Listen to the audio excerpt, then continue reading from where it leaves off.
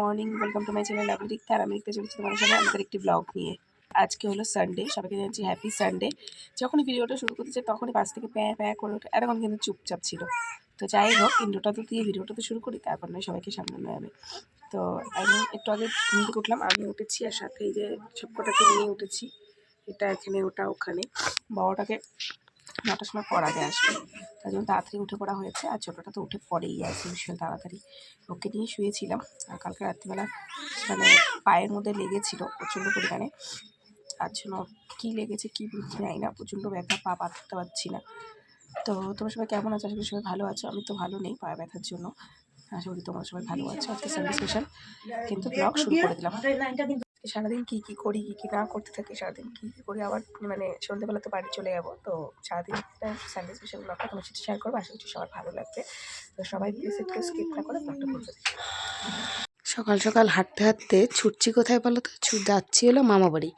আসলে ছোটো মেয়েটাকে নিয়ে বারবার বাড়ি আর মামা বাড়ি আপ ডাউন করছি না। মামা বাড়িতে আজকে তো দিদার বাৎসরিক কাজের খাওয়া দাওয়া, তো সকালবেলার খাবারটা ওখান থেকেই খাবো। তোমরা টাইটেল থাম্বনেল থেকে তো গেস করেই নিয়েছো যে আজকে সারাদিন কী কী হতে চলেছে, তার জন্য তো তোমাদের পুরো ব্লগটা এন্ড অবধি দেখতে হবে। তো দেখতেই পাচ্ছ ওইখানটায় করেছে প্যান্ডেল, আর এই যে উঠতেই যে নতুন দালানগুলো ওরা করছিল সেইখানেই ওদের খাওয়া দাওয়ার আঞ্জা রয়েছে। তো এক জায়গায় কোটা বাছা চলছে, এক জায়গায় রান্না চলছে, আর বাকি দুটো ঘরে কিন্তু টেবিল পাতা হবে। তো আমি এখান থেকে সোজা চলে যাব রান্নাঘরের দিকে, দেখব এক কাপ চা হয় নাকি। তো এক কাপ চা খেয়ে তারপর লুচি তরকারি খাওয়া দাওয়া করব। তো এখানে এখন লুচি ভাজা চলছে, এরপরে কিন্তু রাতা পল্লবী হবে, তার জন্য পুরটা হবে। তারপরে আমার মামি আর মামির মেয়ে দেখলাম এই ফুলগুলো করছে। বাবা, চোখের ওপরে কতটা করার পর ওই পুঁতিগুলোকে আঠা দিয়ে দিয়ে এইভাবে এইভাবে গোল গোল ঘুরিয়ে ঘুরিয়ে বসাতে হচ্ছে। সত্যি এত ধৈর্য আর খাটনির কাজ আমার দ্বারা তো সম্ভব না, কারণ আমার ধৈর্য সত্যিই কম। মনে হয় যতক্ষণে এরকম করবো ততক্ষণ একটু মোবাইল ঘাটলে, ততক্ষণ একটু ভিডিও দেখলে বা শুয়ে বসে কাটালে মানে ভালো। দেখো ওরা কতগুলো এখানে সাজিয়ে সাজিয়ে রেখেছে, কি সুন্দরই না লাগছে। আর আমি ওদেরকে একটুখানি বলছিলাম যে তোরা এইসব নিয়ে কিন্তু ব্লগ বানাতে পারিস, অনেকে আজকাল তো ইউটিউবে এই সমস্ত যারা করে তারাই তো ভাইরাল হচ্ছে, তোরা কিন্তু ভাইরাল হয়ে যেতে পারিস। তো মামিকে বোনকে এইভাবেই অনেকক্ষণ ধরে ধরে কিন্তু রোদের মধ্যে দাঁড়িয়ে দাঁড়িয়ে আড্ডা মারছিলাম। ওরাও একদিকে কাজ করছিল আর আমিও একদিকে আড্ডা মারছিলাম, সময়টা বেশ ভালোই পাস হচ্ছিলো। কিন্তু আমার আড্ডা মারার জন্য হয়তো ওদের একটু কাজের লেট হচ্ছিল, কিন্তু যাই হোক মজা হলো। তারপরে সোজা তোমার সাথে দেখা হচ্ছে কিন্তু দুপুরবেলায় খাওয়া দাওয়ার টেবিলে। দুষ্টুমা আর মিষ্টুমা দুজনকে স্নান করে দিচ্ছি। সুরজিতের বন্ধু, আমি, মামা আর ভাই পাশাপাশি সব বসে পড়েছি। আর আজকের মেনুতে ছিল ভাত, ডাল, ঝুড়ো আলু ভাজা, রাধা পল্লবী, চানা মশলা, মাছ, কাতলা মাছ, চাটনি, মিষ্টি, দই, পাঁপড়, আর তার সাথে ছিল কি বলো তো, উস্তে ভাজা। এটা আমি ইউনিক খেলাম। তো যাই হোক করেছে, খেলাম। আর তো আর কিছু করেছিল, চাটনি করেছিল, সেটা তো বললামই। তারপরে এই দেখো এখন যেটা দেখাচ্ছে সেটা হলো গিয়ে বাবার নিউ টোটো। বাবা যে নিউ টোটোটা কিনেছে সেটা কিনেছে আগের টোটোটা দিয়ে আর কিছুটা ক্যাশ দিয়ে এই টোটোটা এনেছে। তো টোটোওয়ালার যেখান থেকে কিনেছে সেখান থেকে বলছিল যে তোমার আগের কাজটা ভালো আছে, আগের টুকটুকির, পুরো টুকটুকিটা ঝাংড়ি হলেও কিন্তু ওই আগের কাজটাই দেবে না, আরও কিছু টাকা খরচা করে নতুন কাজ লাগাবে। তা বাবা যখন বললো যে আমার পুরনো টুকটুকির কাজটাই ভালো, তো চলো পুরনো টুকটুকির কাজটাই আপনি নতুন টুকটুকির গায়ে লাগিয়ে দিন। তো ওই দেখো সেই জন্যই কাজটাতে হাত দিয়ে বারবার দেখাচ্ছিলাম। তো বাবা এখানে সব কিছু চালিয়ে দেখিয়ে দিল যে কীভাবে বাবা পারছে, কারণ আগের টুকটুকিটায় সব কিছু নষ্ট ছিল, তো বাবা পারতো না। আর ব্যাগপত্র গুছিয়ে তারপরে নতুন গাড়ি করে সাবারি শুরু করে দিলাম বাড়ির পথে। তো এই যে বাড়ি চলে এসেছি, ছোটোটা গাড়ির মধ্যেই ঘুমিয়ে পড়ছিল, একটু কাউমাও করছিল, তার জন্য ভিডিও ক্লিপটা আমি টুকটুকিতে বসে কিন্তু ভালো করে নিতেও পারিনি। আর দুষ্টুকে বললাম যে তুই চুপচাপ বলে গিয়ে খেলা কর, ও কিন্তু এই যে খেলা করছে। আর ছোটোটাকে আমি দোলনাতে শুয়ে দিয়েছি, তো হলো গিয়ে দোলনাতে শুতে থাকুক, আর আমি ততক্ষণে এই ঘরটা ঠিকঠাক করে নিই। কারণ একদিন বাড়ি থাকি আর দুদিন বাড়ি থাকি, ব্যাপারটা ঠিক একই হয়, ঠিক এরকমভাবেই ঘরটা অগোছালো থাকে। তো চলো ঘরটাকে ঠিকঠাক করে নিই। আর রাতে রান্নাবান্না নেই, কারণ আমি খাবার প্যাক করে নিয়ে চলে এসেছি। কী কী খাবার প্যাক করেছি সেটা একটুখানি শেয়ার করে দেবো। তো চলো আগে ঘরটা গুছিয়ে নিই, তারপর খাবার দাবার দেখাচ্ছি।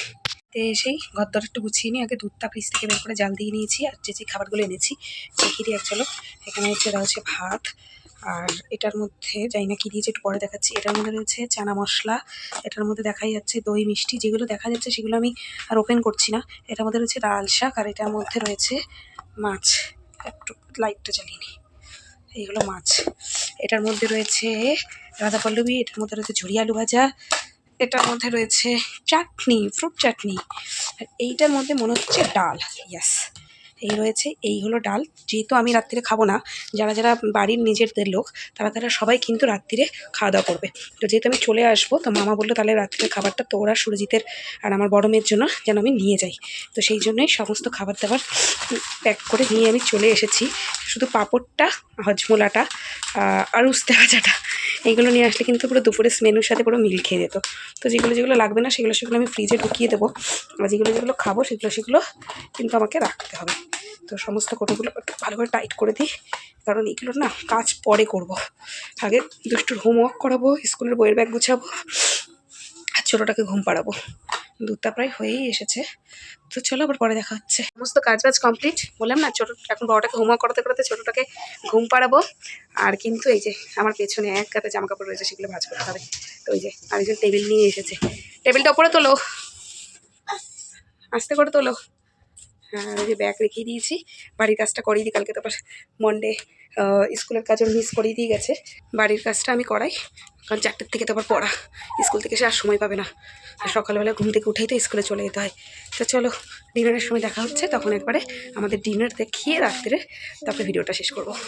পল্লবীর চানা মশলা, আর এইখানে সুরজিতের ডাল মাছের মাথা দিয়ে আর চানা মশলা ভাত, ওটা ঢাকা দেওয়া থাক, আর আমারটা আমি খেয়ে নিই। চলো, এখন কিন্তু সময় হয়ে গেছে শুয়ে পড়ার এবং ভিডিওটাকেও শেষ করার। তো চলো 3 জনে 2 মেয়েকে নিয়ে আমি শুয়ে পড়ি। সুরজিৎ এখনো বাড়ি আসেনি, অনেক বাজতে গেল, প্রায় 11:15। তো আজকের ভিডিওটা এই পর্যন্তই। ভালো লাগলে please like, to share and subscribe my channel. আর যারা ফেসবুক পেজ থেকে দেখছো, পেজটিকে ফলো করে দিও। আর আমার শরীরটা ভালো না, এর জন্য আমার গলার সাউন্ডটা এরকম আসতে, আর গলাটা বসেও গেছে। পায়ে বলেছিলাম না ব্যথা, কিছু একটা ফুটেছে, কী ফুটেছে সেটা আমি দেখতে পাইনি। ওটা ফুটেই মানে পা যখন আমি প্রেস করেছি, পেতেছি, গোড়ালিতে ফুটেই বেরিয়ে গেছে। তো কী ফুটেছে আমি সেটা দেখতে পারিনি, যার জন্য আন্দাজ করতে পারছি না কী ফুটেছে। আর টিটেনাস নিতে পারছি না, কারণ টিটেনাস নিতে পারছি না ছোটো মেয়েটার জন্য।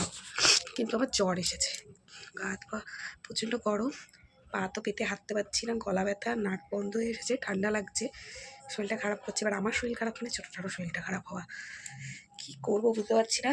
আর কালকে দিয়ে তো আবার ডিউটি শুরু। ওর কালকে অবশ্য একটা ইনভিটেশন আছে, আর এই খাবার দাবার চাইনি যে একদিনে শেষ করার মতন না, হয়তো ভাত করতে হবে, তার সাথে সাথে অন্যান্য রান্নাগুলো সেগুলো অ্যাটাচ করে দিতে হবে, এই করে করে চালু করতে হবে। কালকে দুপুরে ইনভিটেশন আছে, সেরকম কোনো চাপ নেই। কালকে দিনটা কোনোরকমভাবে আমি হয়তো শরীর খারাপ থাকলেও কাটিয়ে দিতে পারবো। রান্নার চাপ নেই, দুষ্টুর স্কুলে শুধু পাঠিয়ে দিতে হবে, ছোটোটাকে নিয়ে জাস্ট বসে থাকতে হবে। দুপুরের তো নিমন্ত্রণ এই করে চলে যাবে। তো চলো, অনেক বকে নিচ্ছি, গলাটাকেও রেস্ট দেওয়া উচিত। তাছাড়া শুয়ে পড়ি। বাই বাই, ভালো থেকো, গুড নাইট।